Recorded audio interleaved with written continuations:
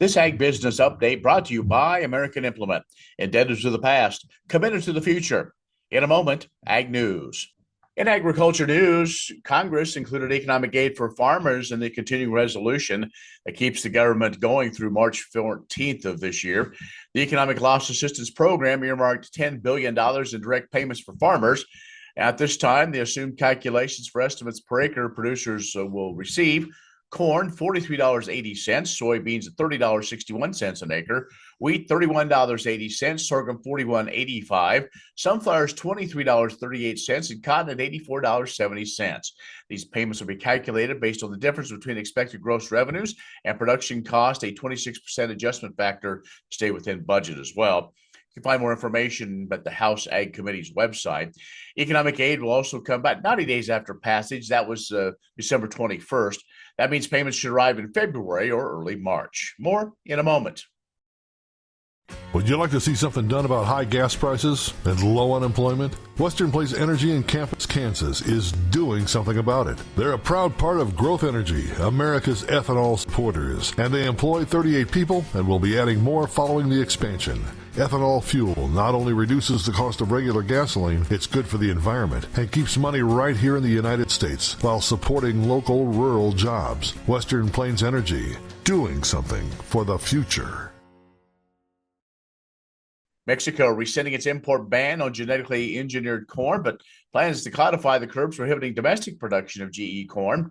President Claudia Sheinbaum said that after a dispute resolution panel ruled earlier that import restrictions violate the USMCA agreement.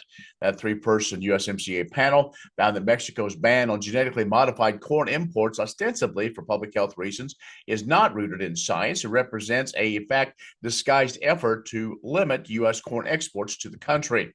Mexico, 45 days it has from the ruling to bring its policies into compliance with USMCA commitments before the U.S. can basically impose retaliatory tariffs. She said they're going to reverse the resolution and the decree enacting that import ban. According to an unofficial translation of her remarks, she said because very soon in February, the next session of legislature, they're going to do something about it.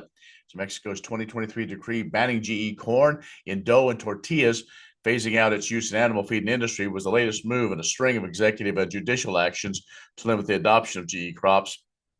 The government long argued the measures are necessary to protect native corn species and public health. Sheinbaum has previously expressed an interest in codifying the restrictions on GE corn through Mexico's legislature, and she said that the country's Congress would consider a ban on domestic planting of GE corn early this year. She said, I'm sure the transgenic corn cannot be planted, and the Mexico's biodiversity must be protected in the country. She also said, without corn, there's no country. The Mexican government, though, has in recent days been careful to point out that the country will comply with USMCA dispute panel ruling, even if it voices its disagreement with the panel's finding. In a statement following the rule, the country's ministries of economy and agriculture said Mexico would, quote, respect the panel's determination. The ruling, the two ministers stressed in a second statement issued a few days ago, refers exclusively, though, to the U.S.-Mexico trade. Accordingly, any statutory ban and other domestic planting of GE corn, which leaves corn imports untouched, would become compatible with the country's USMCA commitment. Deals up for review in 2026. Analysts predicting the market access and barriers to U.S. agriculture trade could feature prominently in discussions between U.S. officials and their Canadian and Mexican counterparts. More coming up in a moment.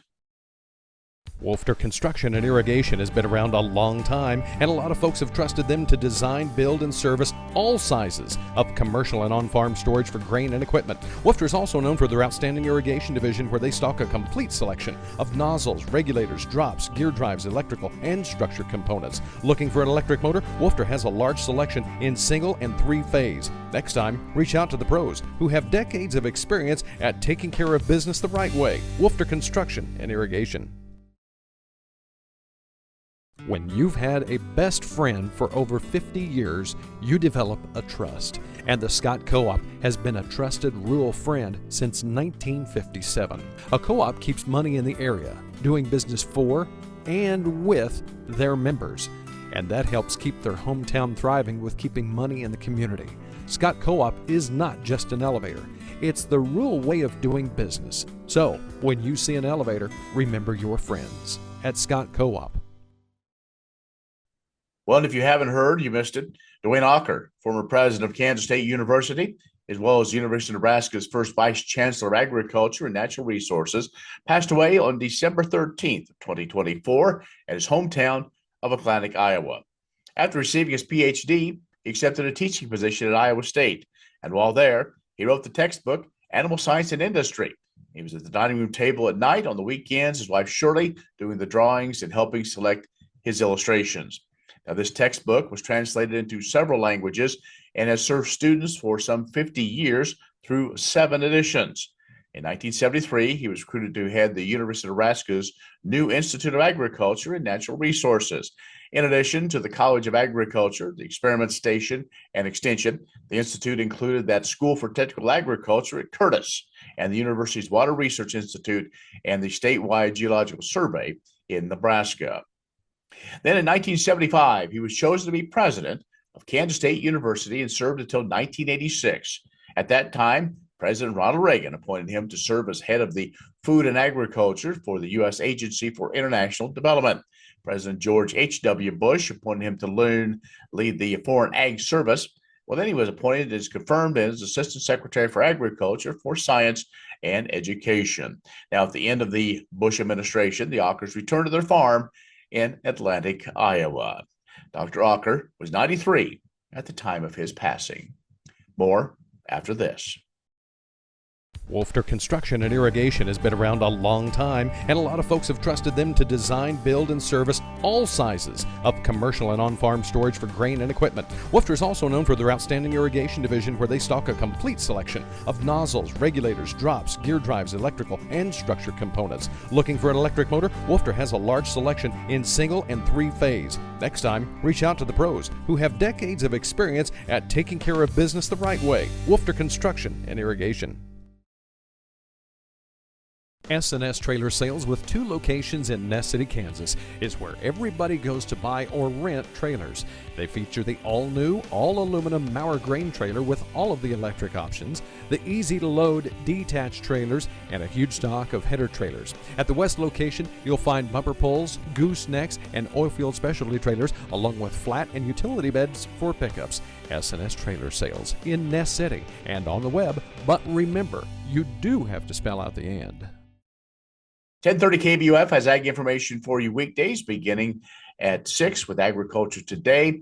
Then it's the KBUF Morning Show till 11 as we have interviews with newsmakers, updates on weather, commodity markets, and a whole lot of information to help make you good decisions on the farm and ranch. Follow along on our social media pages, or you can listen to KBUF or any Western Kansas broadcast station online at westernkansasnews.com. I'm Ken Rogers. Thanks for watching.